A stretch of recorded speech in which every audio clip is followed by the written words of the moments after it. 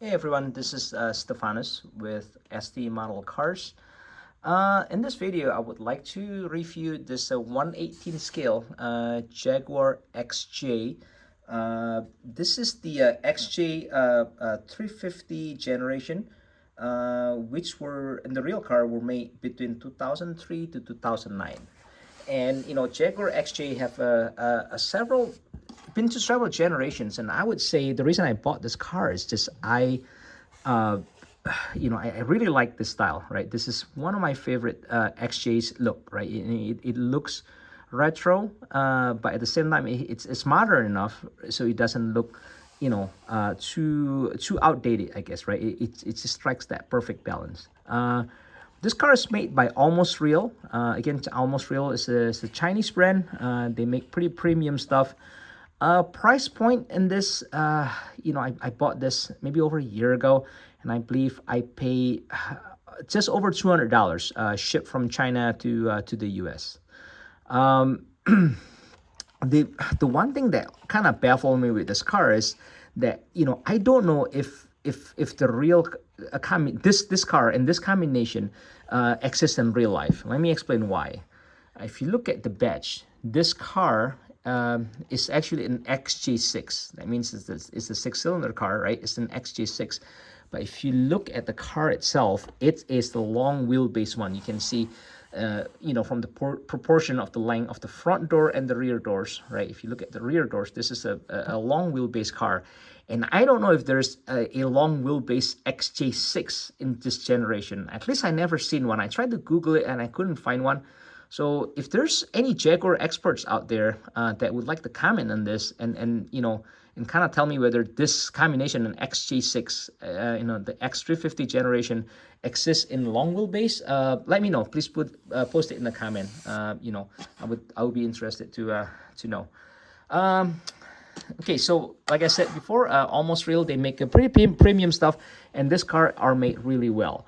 The one thing that was a song from me on this car is just the rear view mirrors. When the car came in, both of these rear view mirrors were angled up so bad. It's almost like angled at 45 degrees like this. So when you close the door, you look at it up front, it's just, the mirror looks like it's just so crooked. So what I did is I took a heat gun and I gently heated this, right? You kind of have to do it quick, right? You set it in the high heat. You just do this, just give it a quick pass, and then you just kind of press it down a little bit and do that again, like maybe 3 times, until you get the mirror to the shape that you want. I'm just saying, if you decide to do something like that, try to do repair with a heat gun, do it at your own risk, and just be very careful with that, because I've had it where I try to fix something with the heat gun, trying to get something to the shape, and I end up melting something else, just because each of the car has like a different quality of plastics, right? Some of them is really sensitive to the heat and it just get warped as soon as you apply a little heat to it. But thankfully that's not the case with the Jaguar, so I was able to get the mirror reasonably straight, and at least it's not an eyesore when you look at it. So full opening diecast. I'll start with the engine bay. Here's the pardon. Here's the six-cylinder engines. It's replicated really well.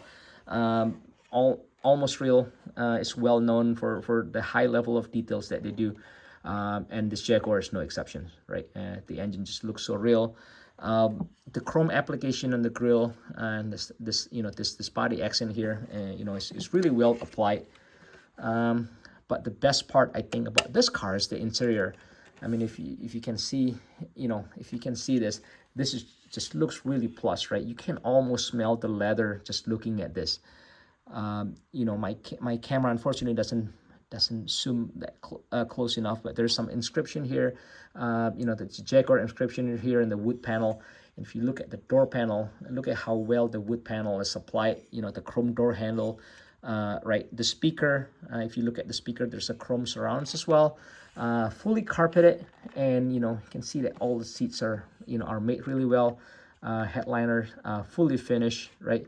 But again, that wood panel is just, it just sets the stage. I mean, it just makes this car, look so plush and luxurious.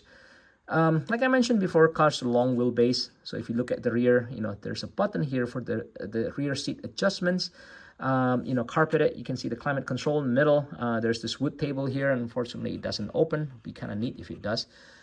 Same with the front door. You have this really nice wood panel application, chrome door handles on the door panel as well. Trunk opens. You know, you can kind of see, you know, it's just, the trunk lid, the inside of the trunk lid is finished as well with this kind of like carpeted material. It's really nice. You know, the trunk looks so luxurious, looks so plush. You know, it almost makes you feel bad putting anything on it. Here's the driver's side. Car's left-hand drive, by the way. The driver's side rear door, and here's the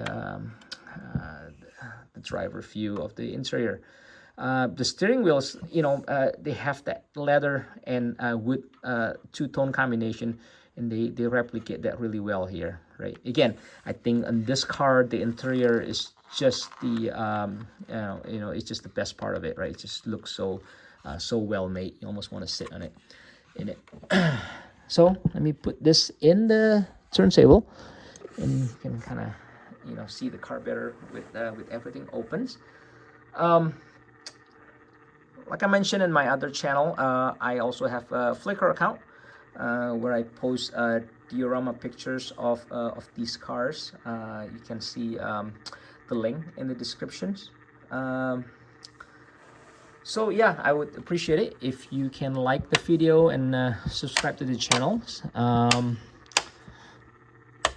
I will make more video to review other scale model cars. And yeah, I will see you in my next videos. And if you have any comments, suggestions, or requests, feel free to post it in the comment section. All right, thanks for watching.